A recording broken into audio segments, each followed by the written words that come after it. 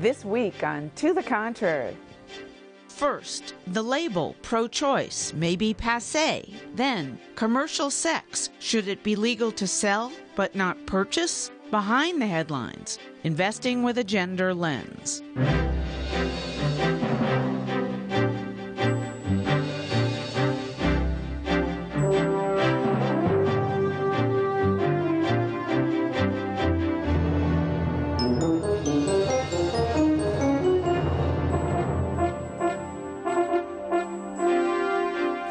I'm Bonnie Urbay. Welcome to the Contrary, a discussion of news and social trends from diverse perspectives. Up first, the future for abortion rights advocates.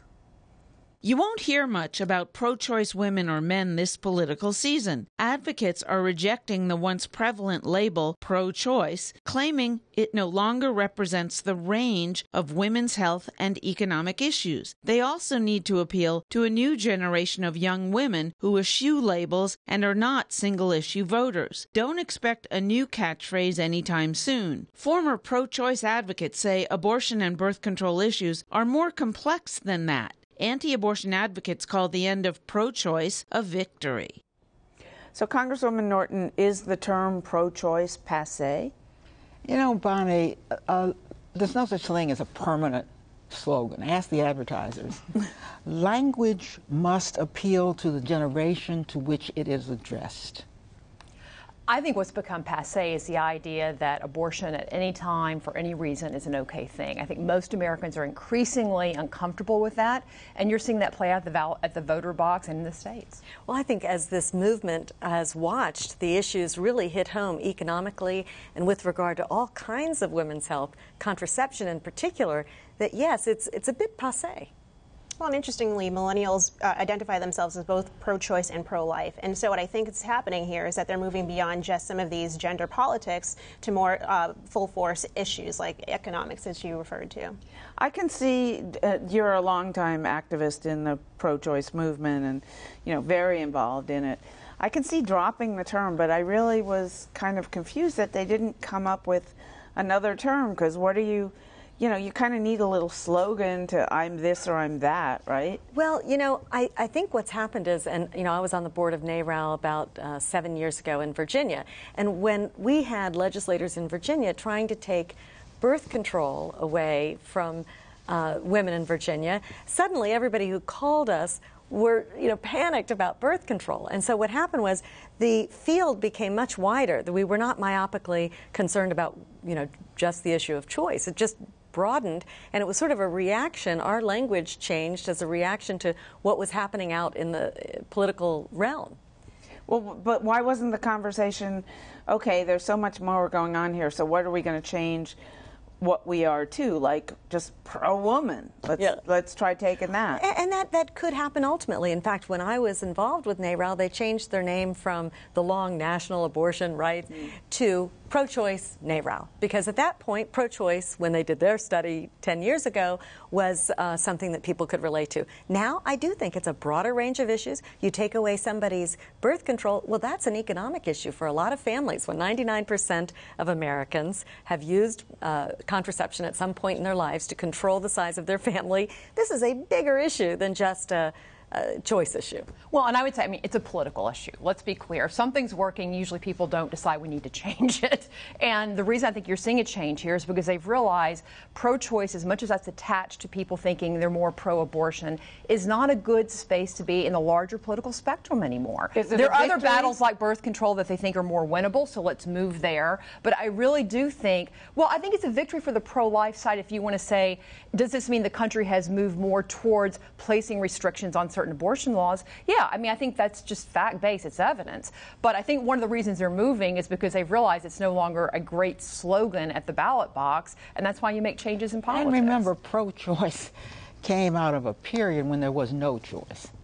And now that has changed, not entirely, I must say. Courts just had to step in Mississippi to keep the last abortion clinic from going out of existence. But I have never understood, and by the way, it was happenstance. Yeah. You're not pro-gun or pro-not gun, so, pro isn't necessary. reproductive health really struck me as important. And maybe that's because I read history. And history tells us that only in the 20th century did women begin to live longer than men. And the reason was because of contraception and abortion. And safer births, right? Because a lot of women used to die. Safer births, all. In other words, the health notion is so broad and so much related to your very being as a woman that it has always seemed to me to be about your own personal health. But do you actually think that by dropping the slogan, they'll get more women on board, more I don't think that was the point. women? I just think nobody wants to have a passé slogan. And the other thing is, choice to me, when you really think about it, it frames this as something that is a choice. And frankly, if you don't have any money, there's no choice for you anyway. I never thought it was a very good name because it discounted a whole lot of women who are in major trouble if they cannot control their reproductive situation. And can you think of a term that would include them?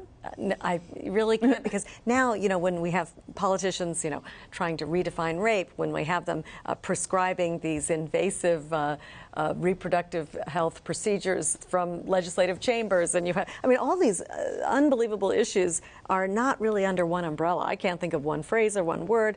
The idea of preserving reproductive health is probably the best one. So, as a millennial, I understand that young people, they kind of see these issues as having moved on, and that's why you're not seeing them as active on a lot of these issues.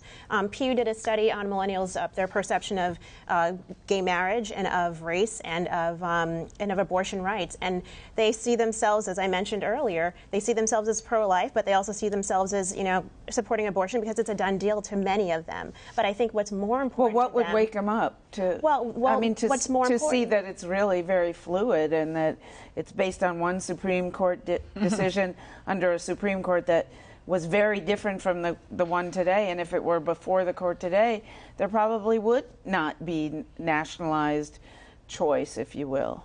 I think it's interesting what is going to wake them up, and I really think it goes back to the economic issues. I mean, it's less, if I have money to pay for my my abortion, and it's more, do I have a job right now?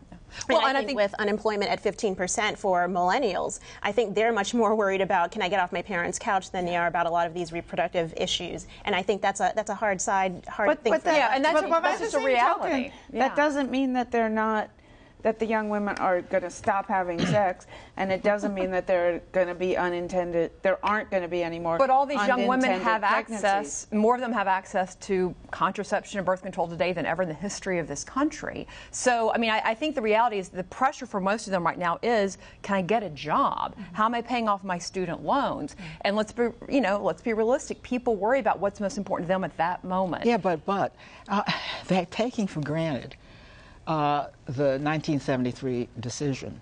And the moment that really gets to be in jeopardy, you'll see them jump to the fore because they are the women who are of childbearing age. All right. Let us know what you think. Please follow me on Twitter at Bonnie or Beyer at To the Contrary. From abortion rights to prostitution.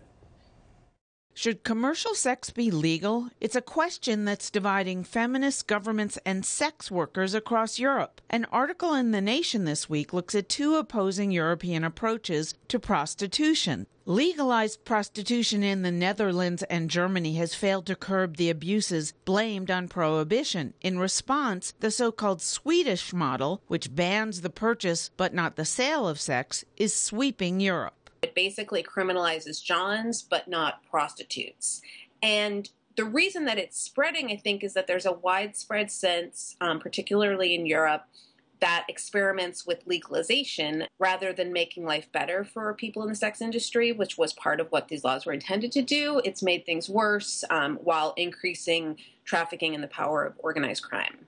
Norway and Iceland adopted the Swedish model in 2009. France and Ireland are considering it. The European Parliament approved a resolution calling on all its member governments to adopt the Swedish-style law. After interviewing sex workers, politicians, police, and activists, Goldberg reports the Swedish model does cut down on prostitution, but at a cost to sex workers by increasing the stigma and driving the work underground. Some of the women in the sex industry are always going to oppose the Swedish model because it interferes with their business and with their work.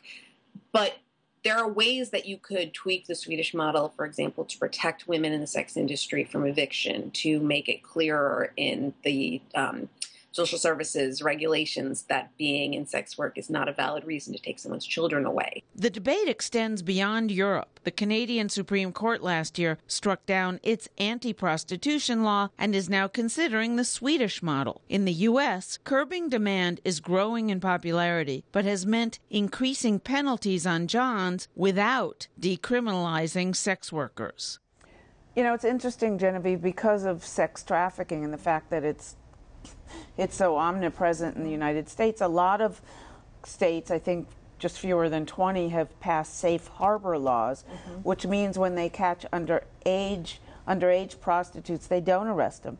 They put them in treatment. They assume that they've been trafficked, and they put them in treatment. But why?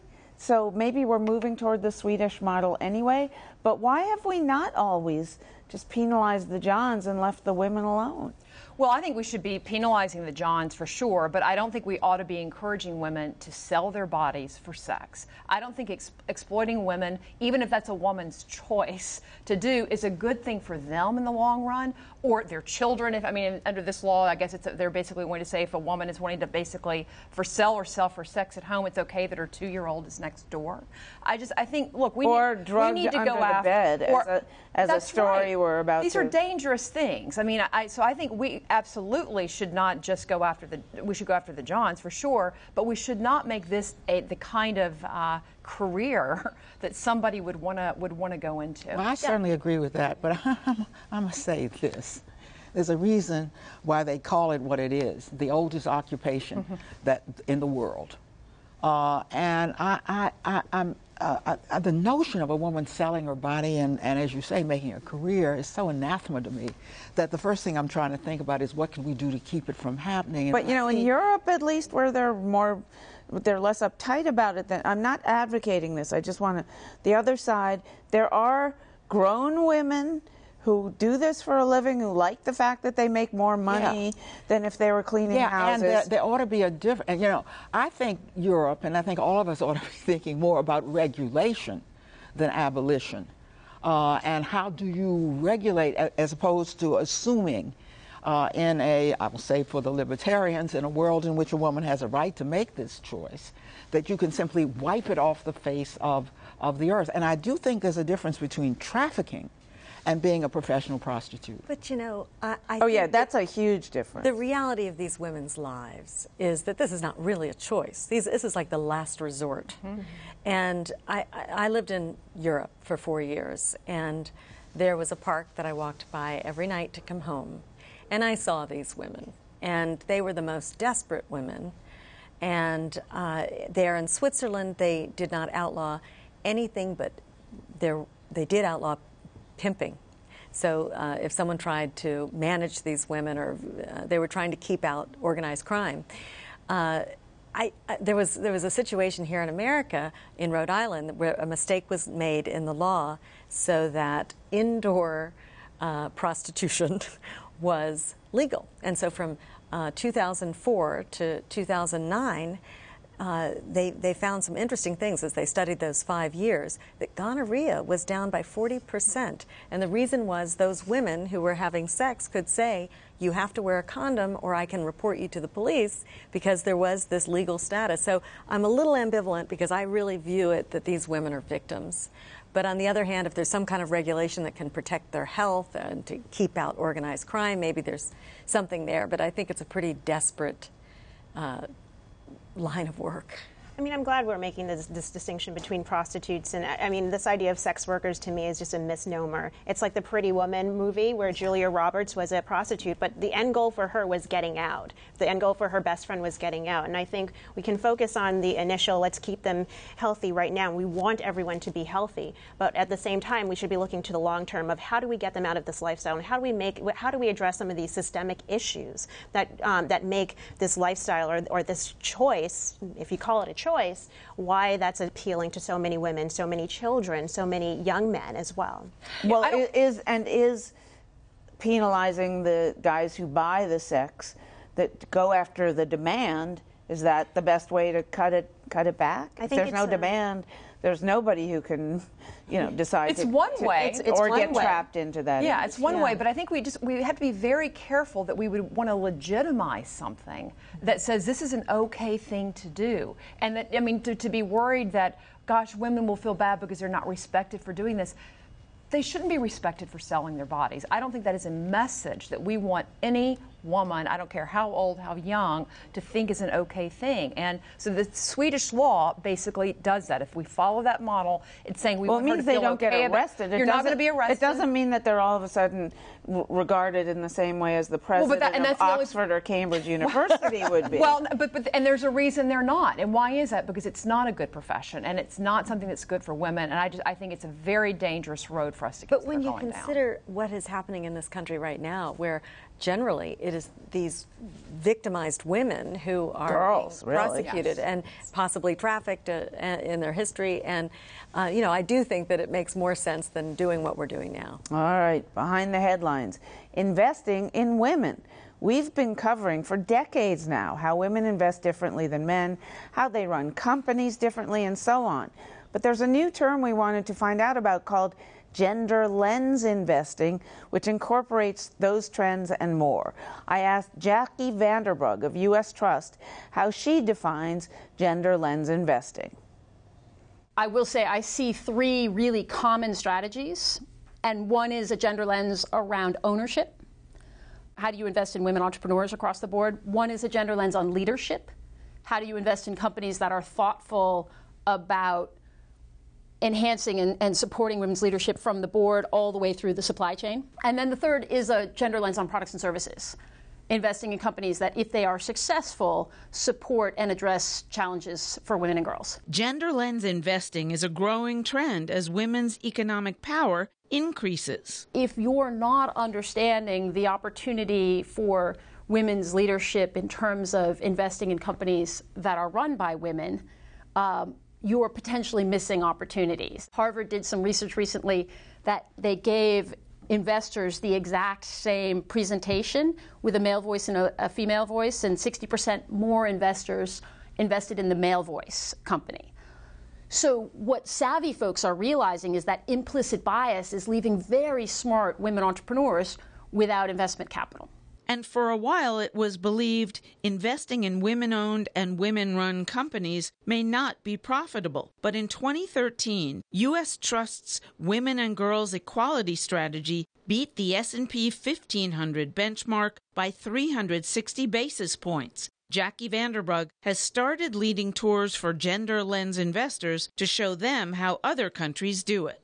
The gender lens investing trip to Brazil is to look at the opportunities to invest with the gender lens across the spectrum. We look at everything from very small companies that are starting in the favelas to companies that are already at $60 million in franchises to companies like Itaú. Right? So Itaú, the largest bank in Brazil, has a specific strategy to invest in women entrepreneurs because they realize that women are over 50% of the entrepreneurs in Brazil, and they were only 25% of Itaú's book. Just a small but growing percentage of Americans are investing through a gender lens. I asked Jackie Vanderbrug who they are. There's two ways to look at that. One is smart investors across the board. So at US Trust, we do a lot of research, and our most recent research in terms of high net worth individuals said that over 50% of those surveyed were interested in the way that their investments reflected their social or environmental values. We also know, though, that although smart investors across the board, disproportionately women, so women are 30% more likely than men to say they want their values reflected, and disproportionately millennials. 79% of millennials are now saying that they want their investment portfolios to reflect their values. So I just wonder, Megan, if gender lens investing is a way, because she said 60% of the people who heard the male voice would invest with the male voice versus the female voice. Is it just a way of leveling the playing field? Well, I think it's a way of letting investors take advantage of a great opportunity, really, because Pepperdine and Credit Suisse, Bain, not feminist organizations. They've done these studies. They've shown that that these companies with women in leadership make more money. And we've seen it in social media when a company does something like Lululemon had an unfortunate comment made by someone in their C-suite. You heard the reaction on social media. Well, I think what Jackie's trying to do is to get women to make that same kind of reaction, but with their dollars. And over the next 40 years, you're going to see a huge transfer of wealth going to women, and what all of these initiatives are trying to do, Sally Krawcheck's Elevate Fund and Jackie's funds, is to try to make these women investors understand that you can show your values in the way you invest, and you're going to make money doing it. The studies you cited, how much, because there wasn't a huge difference between the Standard & Poor's 1500 and US Trust Gender Equity Fund. So have you seen bigger differences? I mean, there was a difference. It was certainly any investor would want to capitalize on that difference. Yeah. A difference is better is better. And but there's always the question, is it causal? Maybe it had something to do with the company. And this is a typical woman in that she's giving you the big picture and she's not making it too dramatic. Yes, you can cherry pick a few studies and make it look like it's going to be the biggest thing that ever happened. But I think the truth is, these are your values. You would like to support companies that are good to women, and you are going to make some money. You're going to make everything. We don't want to overpromise. We just want to say it makes sense. Let's encourage this in the marketplace because it's better for all of us. We've already seen the GDP and productivity at our major multinationals go up because of women in their labor participation. So why shouldn't we reward these women who are running these companies? Value investing is not new. So at some point it was going to make its way around to gender, to the gender lens. I have to say that I'm still not convinced. Your notion about causality is very important here. At bottom, I think it's all about a self-conscious women's market. And that market, I think, drives everything, including the gender lens. Why is it that millennials are more likely to be values investors than earlier generations? I think millennials are much broader. They're much more open than a lot of other generations are to things like race and gender, and just they're more welcoming. And so a lot of the lenses that past generations have viewed, whether it's feminism or whether it's race, millennials don't really look through those lenses anymore. And so it's like, we consider, is this a really strong company? And if it's led by a woman, that's fantastic, but it doesn't have to be. I think before, instead of putting feminism first, we put value and productivity and the return first. It's interesting you should say that because my daughter was just floored when Twitter came out for their IPO without a woman on the board. I mean, she really was looking at that going, this is crazy. But did she quit using Twitter? But she was part of the very robust Twitter campaign, that resulted in a woman being put on that board. And I think that's a huge piece, and you mentioned this in your opening talk on this, Megan, was the social media now, whether it's gender lens or whether it's a whole host of other issues that people place value on. I want to invest in this company because they either do support this or because they don't support that. There's so many tools out there now that really make companies far more transparent than probably some of them would like to be, but far more transparent across the board. And so people really have it on their phone now as to who, does Starbucks do what I like? Does American Express do what I like? And it becomes a whole new world. And you've seen Google releasing its figures on equal pay for their employees. I mean, and now the other companies in Silicon Valley are going, I guess we've got to be transparent. Yeah. The more transparency, the better. That's the point. That is the point. We know more about companies now than we knew, but we'll never know more than we should know. But I was just wondering, investors are always looking for used markets that have not been developed yet. So, third, women in developing nations starting small businesses. Yeah. Is that the next one? Well, I think, they say that if you just counted the women who were not being utilized in the workforce, and many countries, we have great labor participation, in many countries they don't, that would be like having a whole continent, joining our economy. And so there's a great opportunity there, and I think that the markets are starting to recognize that. All right. That's it for this edition. Please follow me on Twitter and visit our website, pbs.org/to the contrary. And whether you agree or think to the contrary, see you next week. Yeah,